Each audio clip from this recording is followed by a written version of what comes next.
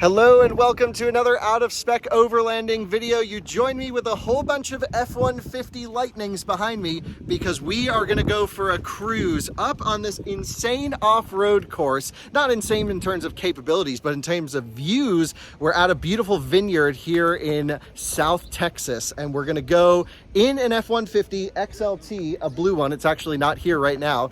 And we're going to go test the E-locker. We're going to test the ground clearance, test the articulation. Again, this isn't meant to be a hardcore off-roader like a Raptor or even a Rivian. It's designed to get you to the campsite or the job site, and we're going to see how well it can do that. By the way, we're going to be running on the optional 20-inch all-terrain tires right here. So let's see how this thing does cruising up on an off-road trail. So we're just heading out now in the XLT. First time driving the XLT. This is the extended pack, and feels nice. Yeah, I don't actually think I would go for an XLT trim just because I like the base truck so much with the small battery. I think that's so sweet.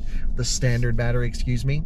So they've built this wonderful course here at this winery, and it's really awesome. Right now we have the diff fully open, which is pretty cool. We can pull up our cameras here. Love cameras for off-roading, especially when you don't have spotters. Thankfully we do have some spotters here. The one thing I'm noticing right off the bat though is I'm looking at that rear motor on the truck in front of us, and it's hanging low, and there's a little tiny skid plate down there. My friend Dan from What's Inside actually dented the skid plate hitting a hay bale on the rally course. Maybe it was him, maybe it was someone else, but he was under the truck telling me about it. Thought that was pretty interesting. So here we're just on dirt. We're running factory pressures on the optional all-terrain tire for the 20-inch wheels. Again, with an open differential, we should be able to take tight corners just like that. So let's talk about drivetrain setup. We have a dual motor setup with an open diff in the front that will use an E-locker simulation. In the rear, we have a mechanical locker, which is great. So my understanding is the truck's actually going to attempt to grab brakes and send power everywhere. And this is actually the E-locker test. And so I'll film what Ryan's doing here in front of us. And so then we'll basically see it spin in theory. Maybe it can do it, maybe it can't. If you stay in it long enough, maybe the brakes can send power, but then you can just go boom, mechanical locker, engage. It's electronic actuation, and yeah, let's see what happens here. So I'm filming Ryan going into this rut. Looks like a pretty gnarly rut, actually. So there he is, flexed out, 2 wheels in the air. That looks pretty good, full flex, teetering. So there you go, spinning. Yeah, wow, actually, it's not even like looking like it's attempting to send power to the other side. That's very odd. And then locker on and instantly goes. There we go. Let's try it for ourselves, shall we? So that's what we're about to experience, but we got to talk to this dude about it first. So here we are, rolling into the elephant steps, more or less, sort of an off camera. They just looks like they just dug a hole, which is great. So front tires in now, front tires out. Basically what we're going to do is we're going to see front left and rear right drop down right there. So here we are, open diff life. Again, just trying to move. I hear the ABS pump going. As I apply more throttle, it will actually move forwards. So I can stay in the throttle and it will clamp brakes and it will pull us out. But I have one pedal drive off, so let's give it a go now. We're at the back. We're going to hit the E-locker. So it's nice that it can do it. E-locker engaged. Now watch this. Just applying gentle throttle, and she just climbs out like nothing. And so that is the difference between a electronic locking system with an open differential and having mechanical lockers. We keep getting feedback from our audience that mechanical lockers aren't aren't needed and software can control it. Well, here's just proof that it can do it. It just takes a second to figure out when you use software versus just the solidity, the nice reassurance of just locking left and right wheel speed and going. Now, speaking of lockers, you can't lock front to rear axle. There's no transfer case here. And so what that means in theory is you need to software control axle speed. And that's a really tough thing to do, because especially if you're spinning all 4 wheels at once, you then need to figure out how fast you're actually spinning. And that's like crazy hard calculations in an electric vehicle to do. So all the interesting things that go into it. We're getting a little bit of traction control avoidance, but No motor cogging here. Let's just park it on this steep hill and see if we can feel it kind of torque ripple at low speed. There are permanent magnet motors, by the way. Just perfectly climbing up. No resistance, no major issues. It's doing it. It just is climbing up this thing. Now, personally, I think I'm gonna go locking diff on right here, and we'll see if it stops chirping at us so much. Of course, when you have a locking diff, your turning radius is going to be extended a little bit because your rear wheels are locked to spin at the same speed. And so definitely seeing that. Looking like Ryan is stuck here at the hard route. No, he's going for it. Hell yeah. So yeah, we'll keep the locker on, but it's just, yeah, big difference with the locker on, I have to say. Hard route or easy route? For sure, the hard route. This is awesome. So caution, steep grade. That's what we'd like to see. I'm gonna hang out here, let him complete his obstacle, and then we'll run up and do our thing.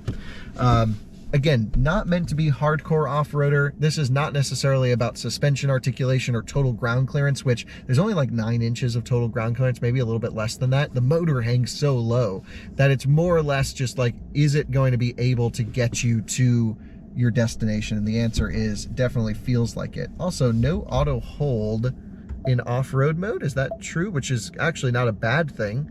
But if I go to settings, settings, vehicle, which is somewhere, general vehicle, then I can go, I've not seen it, maybe it's in drive modes, I don't know. I know where everything is on the big screen, but not so much this one. Anyway, let's roll up over here to the steep grade, and then we'll have a spotter that'll pull us up. And that'll be that. Should be pretty good. So we got the diff locked. Oh, this isn't even too bad. I'll ask Ryan to film it. All right, let's inch it forward. So using that awesome torque from low speed here, let's go camera on so we can see exactly what we're doing. Just letting it think right here for a second. Staying in it, gentle throttle, of course. We're hard right, we're up on a rock. Super easy. Just walking her up. And she's doing pretty well. No problems here. I'm gonna get her up here, get a little bit of a front wheel spin, but that locking diff is just making it so nice. You know, that's the thing with a virtual locker that it just couldn't do. It would have to allow a little bit of wheel slip and then transfer power. And so, yeah, essentially we're just climbing her up.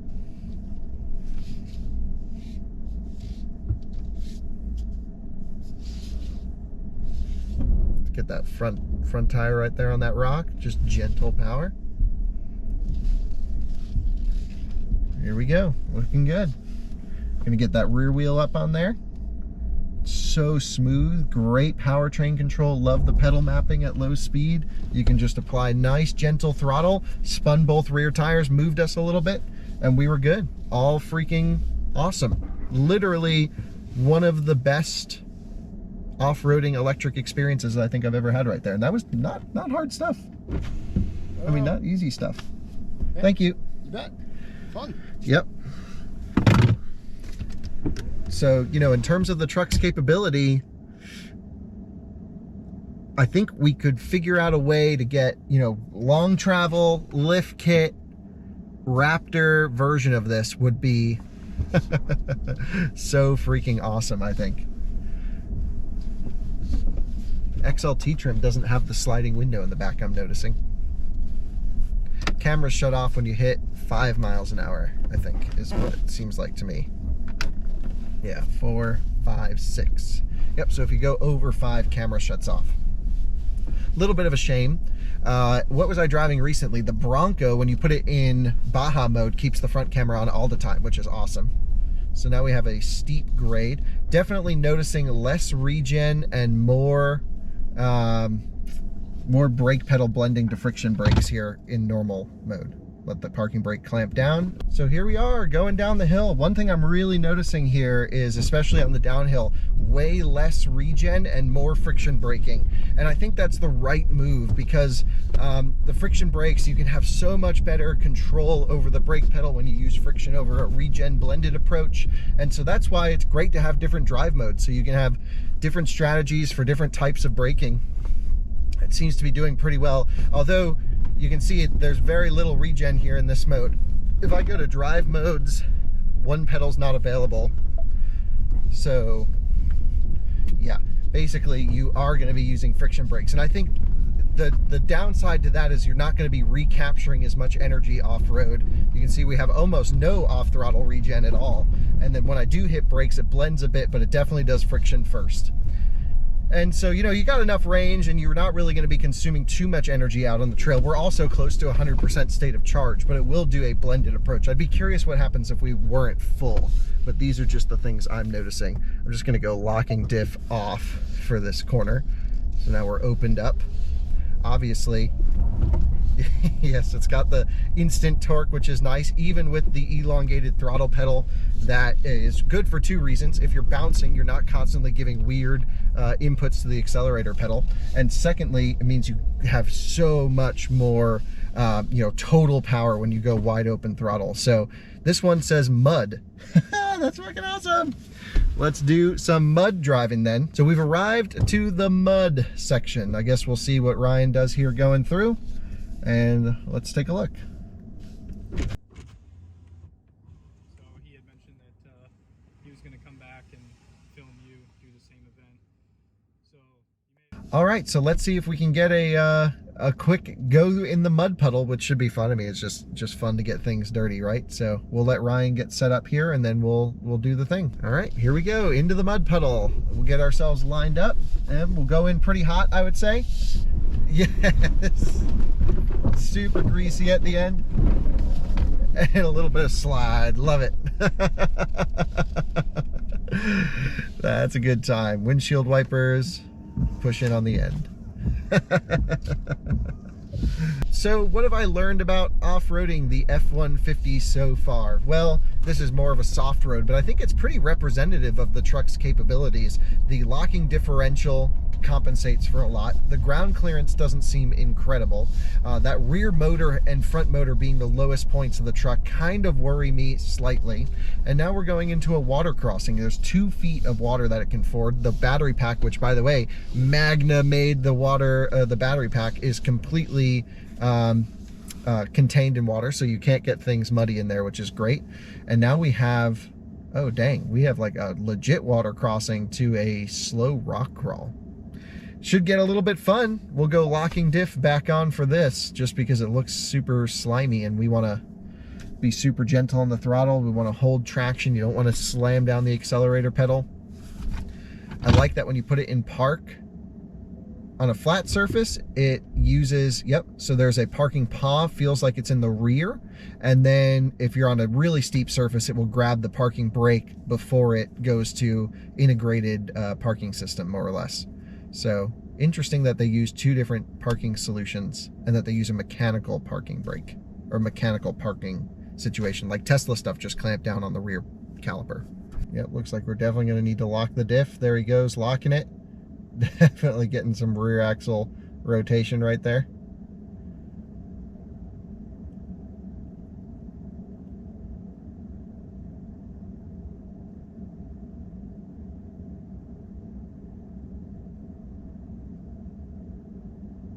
Man, that's a pretty gnarly path. All right, here we go into the water crossing using cameras. Nice, just kind of slow in. It's a little bit mucky through here, so just maintaining some speed, of course, utilizing the weight of the truck to go through. So cameras back on. Let's go up this slope. Let's have a chat with the guy. Sounds like he just wants us to take it nice and easy. Again, it's their course, their truck. It's designed to go through this stuff. I can't wait till we can like really inch this thing off-road and really take it some stuff. So a little bit of rearwards motion here. A little bit more passenger. Passenger. Yeah, right there. There you go. Now straighten up. Now nice and easy forward. Right there. Perfect. A little bit more. And stop. Perfect. Now you can go driver a little bit. Right there. Keep pushing through. Yep. Nice and easy. Right there. Keep it. Keep coming. You're good. You're good. Keep that line right there. Perfect. Keep it coming, and you're in fall. There you go. And then you can start to crank it, and you're out of it. Cool. Well, that looks pretty dang fun to me. Oh, even with the lock diff, you get a pretty good radius on a loose surface. It just, yeah, I mean, like, you know, fixed suspension, nothing's really so bouncy when you start rocking it around. And so, yeah, I mean, it's capable more than like most people would need. It's going to be a clearance thing, in my opinion, especially through the center of the truck, where it's just a long wheelbase and there's not much ground clearance that you can get. Wonderful off-road course though. Man, I wish we kind of had one of these. Really bumpy, but feels nice. So let's see what else we can get ourselves into. Let's see, do I have the diff locked? Yeah. What I'm most impressed by is, of course, you're going to get insane range driving it like this, but I'm also really impressed by the overall motor calibration at low speed. Just the throttle control is really great. Huge step forward from Mustang Mach-E. We can see their learnings here in this powertrain control strategy. We can see the motors are quiet, capable, even at low speed. For example, we have a video on this channel. If you watch, we have an Audi e-tron Sportback that we took off-roading, one of our guys, and yeah, just like he had to go like wide open throttle because it's not a permanent magnet motor. There were 2 induction motors, and they just required a lot of torque, to basically a lot of throttle input to generate torque. With permanent magnet motors, they kind of just always create power. They're always ready to go, even at low speed. Looks like Ryan's flexed out there. That looks pretty good. Flex Nation, yo. Locking diff life.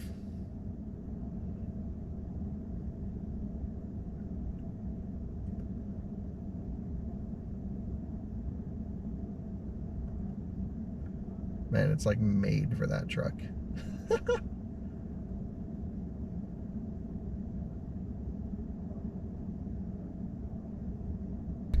Wow, people here are really nice. So we have a 3-point turn. This is like a little bit more of an off-roading thing than you would think most automakers would do. I'm actually glad that so we're getting nice articulation, 11 degrees of rotation here. Let's get her turned all the way, 12 degrees of angle, which is pretty sweet. And we'll go rear, flexing out. Let's flex that rear out a little bit. We'll let it, yeah. I'm playing around with the brakes. It's on me. Fine. That's yeah, a good demo in itself. So yeah, you can turn that bad boy on for me then. Yeah, so I think we got to get out of the cameras, locking diff on, and then here we go. So definitely didn't like that, because now we can just back up so gently and easily, which is wonderful about a locking diff. Got a little bit of angle up front. Yep.